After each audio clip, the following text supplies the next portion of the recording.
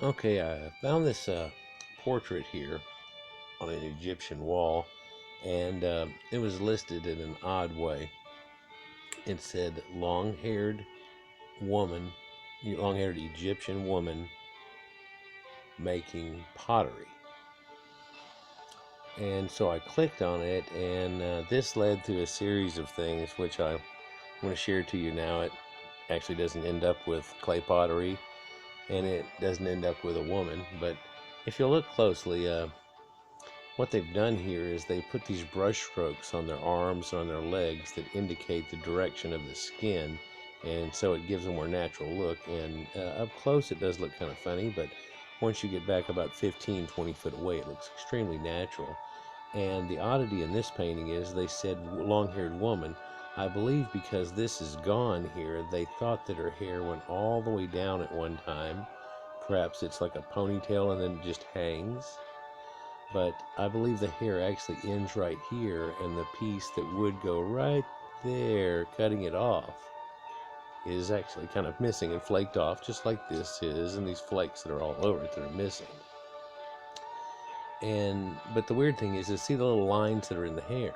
This is a yellow or a blonde hair with little streaks drawn into it to make it look like hair, but it's drawn as a blonde-haired person. And they said this was a woman, I believe, because of those effects, and perhaps even the pottery building. But when you get close to look at it, it doesn't look like a female here in the chest area at all. It doesn't have a female posture. It has a big smile, so whenever you see the picture from a distance, maybe you would think something along those lines. I'm not sure where they got woman from out of this even in the first place, except for they probably thought this was real long hair, and that couldn't be some long-haired guy like Adonis or anything, or whatever. People back then had wigs on, so man, if you could afford a long-ass wig like that, you could have hair down to your butt. But that's not what's going on here. Now you notice on the side of the body here how the markings that are on the arms and legs stops, and it seems like a brighter color. But what it really is the lack of them putting these brush strokes on. And so this is an artistic representation of perhaps the sun being just over the man's left shoulder. So this is shown as bright, and his chest would be in shadow, his face in shadow, and he's sitting here doing a potter's wheel. The odd thing that I find about this is that this is not a normal way for a clay potter's wheel to act. It looks like it's festooned to the ground. It's stuck to the ground here, but yet he seems to be spinning it down here. He's not spinning a wheel here, nor does he have an apparatus that's spinning the wheel, it seems, but there seems to be something here touching the wheel there. And is this some type of cog mechanism that's going on to the left of it? Well, hold on, let me get to more of this. So there's a dowel running up here, and it appears that the bowl that they're talking about being made as pottery is upside down. Instead of making it like a blob on here and doing the thing like in Ghost, with Demi Moore and doing the pottery thing, it seems that this is being done upside down, which makes almost no sense to anybody in a modern context. And then if you'll look, it shows this tail thing coming up out of the top of it. Well, what is that? Well, it's kind of an oddity. It looks like it's almost lined up between these 2 points here, so it isn't one of those rods going up. But what it looks like to me is that this is not maybe pottery, but this person is they're holding on to one stick and the dowel at the same time as it's spinning, and they are carving out the interior of a bowl, which is upside down. And indeed, if you look here, it looks like they've drawn lines back and forth, even over here in the mist, and even kind of down here a little bit, that shows you an appearance. Looks like maybe it's even spinning. Maybe you're supposed to get that indication from it. There's a little kind of drawn right around it. So are they sticking a harder material that's here up inside of a perhaps granite bowl or something like that, that's being spun on the end of this rapidly, and that's what's carving out the bowl, and then you see the dust falling down out of it. I mean, is this what we're looking at? I, I I have a hard time believing that this is even an accurate representation of them making any type of pottery or bowl or anything along that line. It doesn't seem like this is logical formation of even a rock bowl or a pottery bowl. But let's look at some of the earliest pottery type bowls that we find from them. Seem to be festooned by hand, but extremely symmetrical, like they must have been spun on a wheel to not have some type of warble. I don't know if you've ever been a kid and tried to take Play-Doh or anything and make a bowl like this, but it takes a craftsman, and you really couldn't make a bowl that would be symmetrical and smooth, and if you were to spin it around, you'd see it go wobble, wobble, wobble. It wouldn't be it'd be a tire that wasn't quite in balance. Looking at these earliest bowls, though, there's an oddity that you see in a few of them. This seems to be the Dingir symbol, which means gods, and this is the Apis bull, or the bull symbol, and our cattle. And these people are now cattle farmers and starting to farm and do grain. And this here, a lot of people take it out of conjecture. I think this shows weaving of fabric. It's the concept of woven fabric. So this is what they had brought with them whenever they come up through Egypt to begin the very first pre-dynastic things, is they had brought in fabrics that they had already been able to do. The cattle, which if you look it up, actually come from up in the Anatolia area and around through Sumerian cattle. They're from there. They aren't endemic to Africa in any way. They're Asiatic cattle, Bow Taurus. And this Sumerian symbol also leads you one to see the Sumerian connection that is there in the earliest of times. In fact, if you look at the Louvre Museum's exhibit on King Narmer, Menes, the first unifying king, his statue there is actually a Sumerian priest king.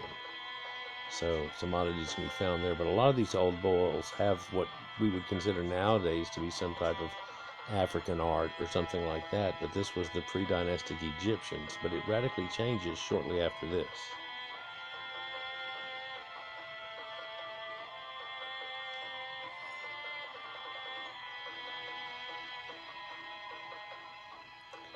First giant pottery bowls show you these extra things with these hooks on the sides.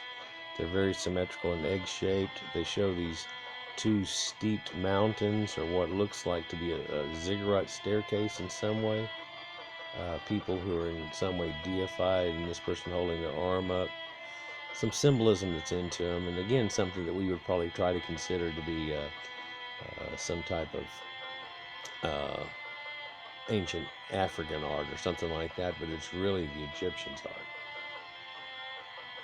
And the pottery is quite interesting. Pottery is somewhat interesting, but what interests me more, and I think is more beautiful and incredible, are these bowls made out of this granite type material that you can see is just swirled conglomerate, and how they've made this completely smooth inside and all dug out, and yet the edge here doesn't seem to have much. You can see the shine here. There's no bumps between the different types of material that are in between here, and it's just completely sanded off in an incredibly smooth way. Even if you tried to roll it around in sand, or even try to do it with sandpaper, it'd be hard to pull it off to where it's as smooth as that. It'd take modern sandpapering techniques and things and spinning on a lathe to be able to smooth something, but how would you craft it in the first place without boring drills and equipment that would have to be harder than the original material, of course, and then made into a shape that would be able to form the bowl's interior. And I've always liked this one here. This has the feet down below it, and it's kind of kicked forward towards you, almost like it's bringing you your food, and it's kind of kicked at you. And it's a good way, if you think about it. It's a nice way to have made bowls. Kind of surprised nowadays we don't have bowls that set towards the person that's eating somewhat, or something. Larger dishes. It could be built along this concept. It's something neat. It's not very much, and it's not tipping anything off. If there was something moist or wet on the plate or bowl, it wouldn't be coming out of it at all. It actually just kind of tilts it towards you there. Rather than you tilting towards the bowl tilts towards you. Well, let's look at something else here that's kind of interesting whenever you start looking at Egyptian bowls.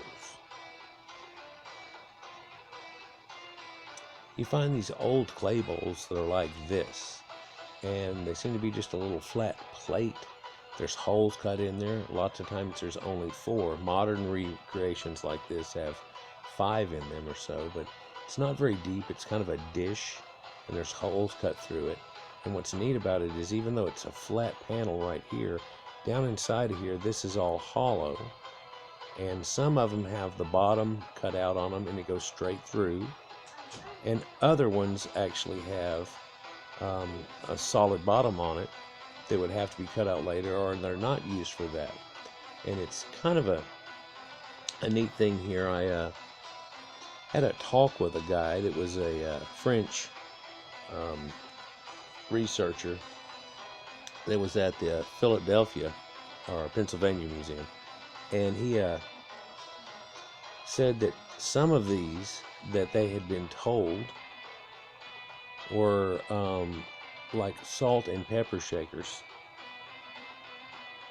And if they had the holes out the bottom, what they would do is granulate the stuff up and sprinkle it on the top. The big pieces wouldn't fall through the holes, but the little pieces would. And they would in turn salt and pepper their food.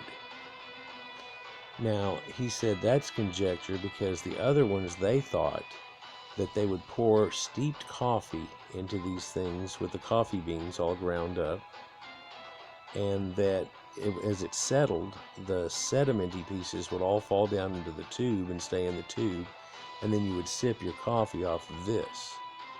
And that's just, and it sounds great. These things are like a little shot glass kind of effect. They're really not that big. The only thing is that being just out of high school and college at this time, back and being a hippie kid of the time, I kind of knew something different about it. But keep thinking about that. See what y'all think about that concept. Salt shakers, coffee steeper things, you know, like some type of barista would use.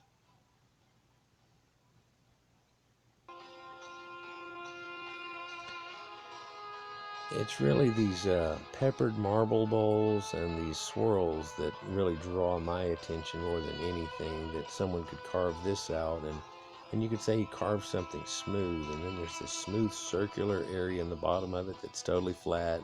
This all comes out at the right angle. It's extremely smooth around, but these petals here, it almost looked like somebody melted the actual stone itself and then just pushed them in, you know, and then let it dry. Like these people were somehow able at the time to be able to make molten, non-hot, or perhaps it was hot, but molten granite on their own, and bend these things in. I mean, that's what your eye would tell you something like this happened. Not that somebody could have carved something this thin. If you look at the thickness of these blades here, something this thin out of that granite, and had it successfully do it without breaking. The amazing thing is it lasted through time all the way till now without breaking. But if you were to just knock one of these edges pretty hard, it would break off. And it's amazing there's no chips missing or anything, but this has not been put back together. This is the way that it was. And so things like this, really, I mean, it's a starfish shape, but and symmetrical and all of that, but there's cracks running through it and fissures showing you that it was a solid piece of granite at one time, and it successfully went through this process. Now this is a bowl that's about some 10 inches across, and they want you to believe that they went through all this trouble so they could set one lily or lotus flower hanging out of each side or each point, and they'd put a little bit of water in there and just set this near the queen. It's a vase of flowers, and it's great to think that people would go through that trouble, but you can't imagine the trouble that you would have possibly attempted to even make this thing. Let's look at some more of this stuff, though.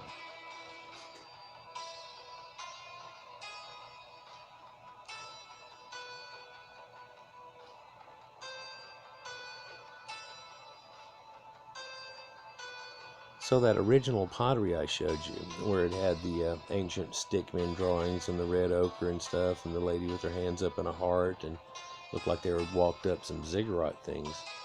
This is a not very much later creation out of a type of dioritic type stone that's hard, if not harder than granite, in its mix.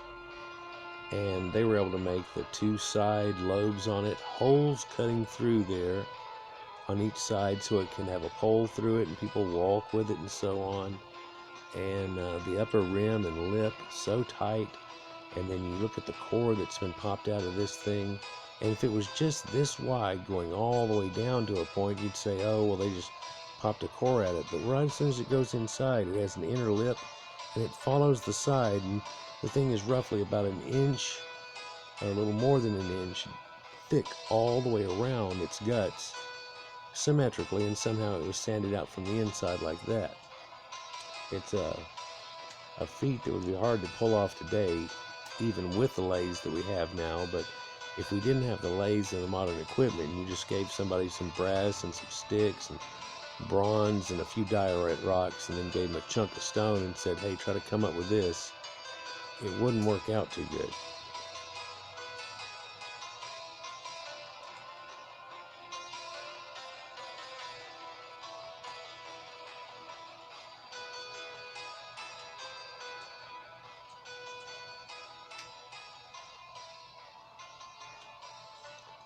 Like this is a diorite bowl from King Senefru right here, and look at the intricacy of this, but you can see the lip and how it's got this extra little lip like what's on a bowl today, all the way around it symmetrically.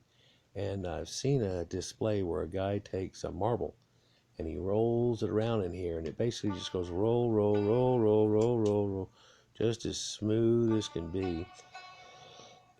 Makes very little noise. Actually, that display wasn't on this bowl. It was one that was a little more greenish looking, although it said it was a Senefru bowl too, unless this one is just kind of showing grayish green in that light instead of green.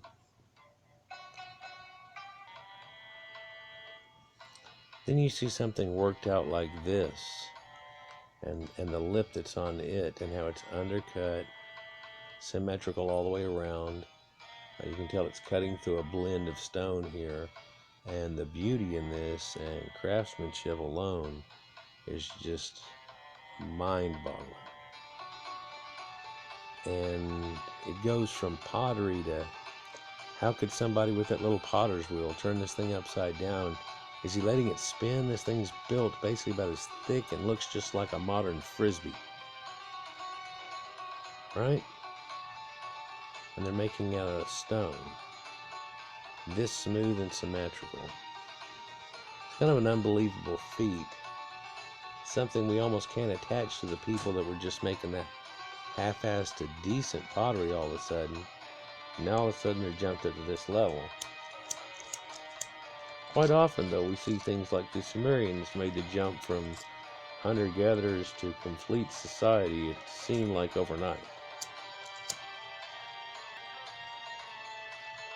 Along with some of the kitchenware and bowls that you end up seeing, you get things that look like this. And at first, it was told to me that this was a dipper, like somebody had made a big bowl of soup, and that they would put this dipper on there and pour the soup in there. But the weird thing is it too has 4 little holes in the bottom of this. And then this is hollow, running all the way up through. And then this is a little cone, and it's stuck onto there. So that doesn't make any sense with their little story. But the idea that I was told was that this holds more soup juice. And so you could scoop it up, and somebody would want more soup juice, and then so they would cover their hand with that so it would hold the soup juice in there, and the chunky stuff in here, depending on how you wanted your soup. I think that's very odd whenever you find out that this is nothing more than a pipe, and this is a carburetor, and you breathe off the hole in the back of his head here instead of putting your thumb on your hand over here trying to put soup in it, and that this right here has something put into it that you smoke. Now I'm going to show you back to those little bowls again.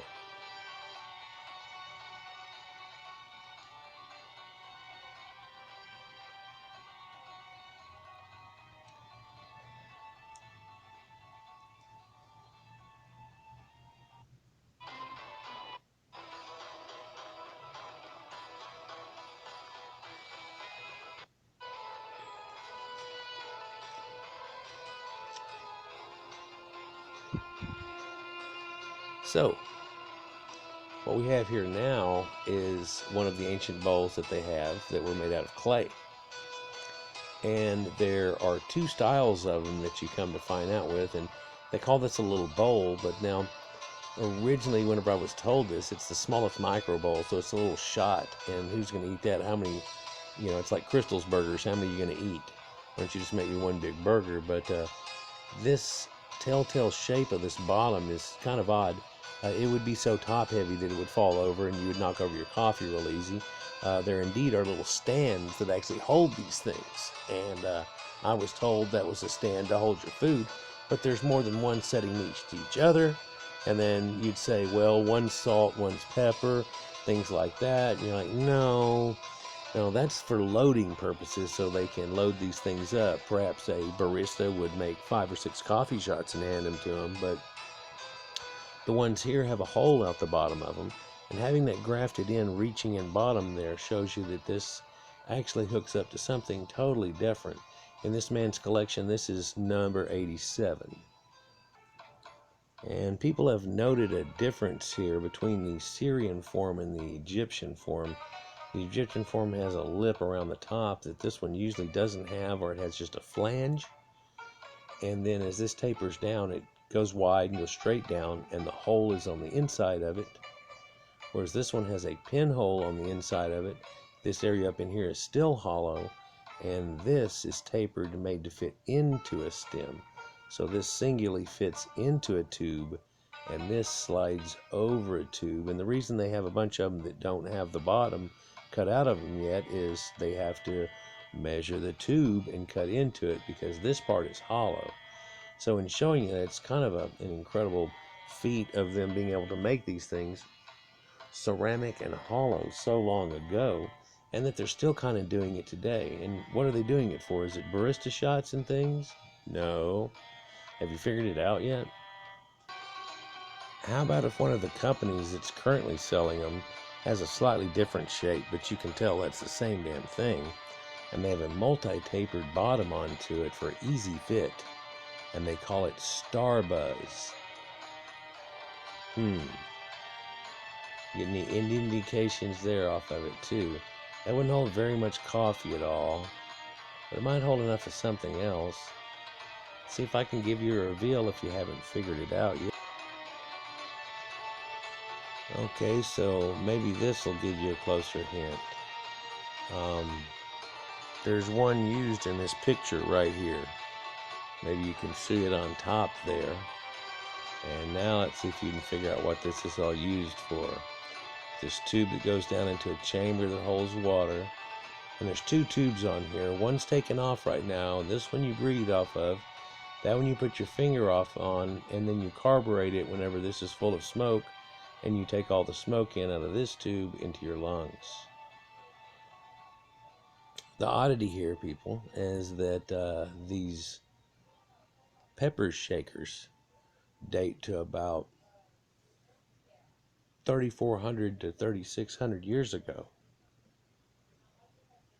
So at least 1600 BC is where they're finding a lot of these.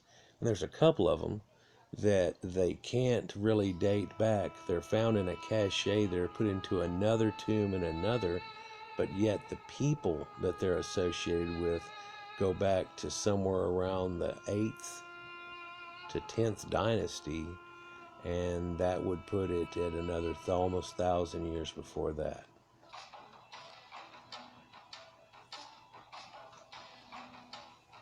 So, what kind of bowls were they making in Egypt?